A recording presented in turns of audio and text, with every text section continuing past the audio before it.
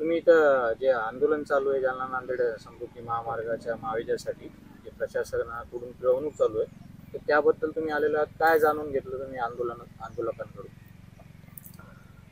मी स्वतः अशोक साबळे, अध्यक्ष मातंग मुक्ती सेना ही सामाजिक संघटना चालवतो।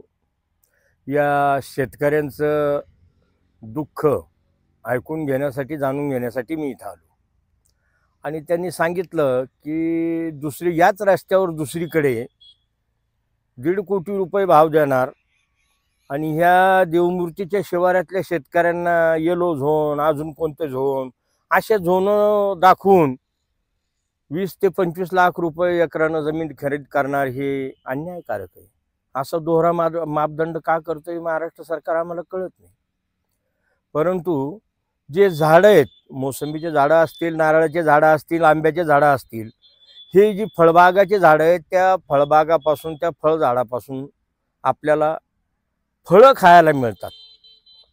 त्या झाडाची कवडी मोलाने किंमत करणारे म्हणता, बसता उठता छत्रपती शिवरायांचं नाव घेता, ज्या महाराजांच्या आज्ञापत्रामध्ये लिहिलंय की शेतकऱ्याच्या गवताच्या काडीला आणि भाजीच्या देठालाही हात लावू नका, नाव महाराजांचं घेता, आणि इथं अन्याय औरंगजेबाच्या सरकारसारखं करता, रजाकारच्या सरकारसारखं करता।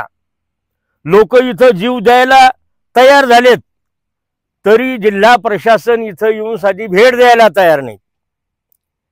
बाकीच्या इथं समजलं, पण एक संपादकासारख्या माणसानं आत्मदहनाचा इशारा दिलाय, म्हणजे याचंही तुम्हाला चौकशी करायला वेळ नाही।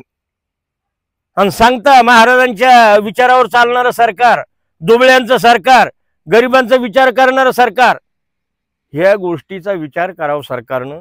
मी माननीय मुख्यमंत्री देवेंद्र फडणवीसांना सांगू इच्छितो की देवेंद्र फडणवीस साहेब, आपण या राज्याचे मुख्यमंत्री आहात, थोडं लक्ष घाला। तुमचंच म्हणणं होतं ना की नागपूरहून मुंबईला 10-12 तासामध्ये पोहोचावं म्हणून समुद्री महामार्ग काढला। आता तुमच्या सोबत आलेले अशोक चव्हाण म्हणून सगळ्यांनी बोलणं गरजेचं आहे म्हणे नांदेडचा समृद्धी महामार्गात।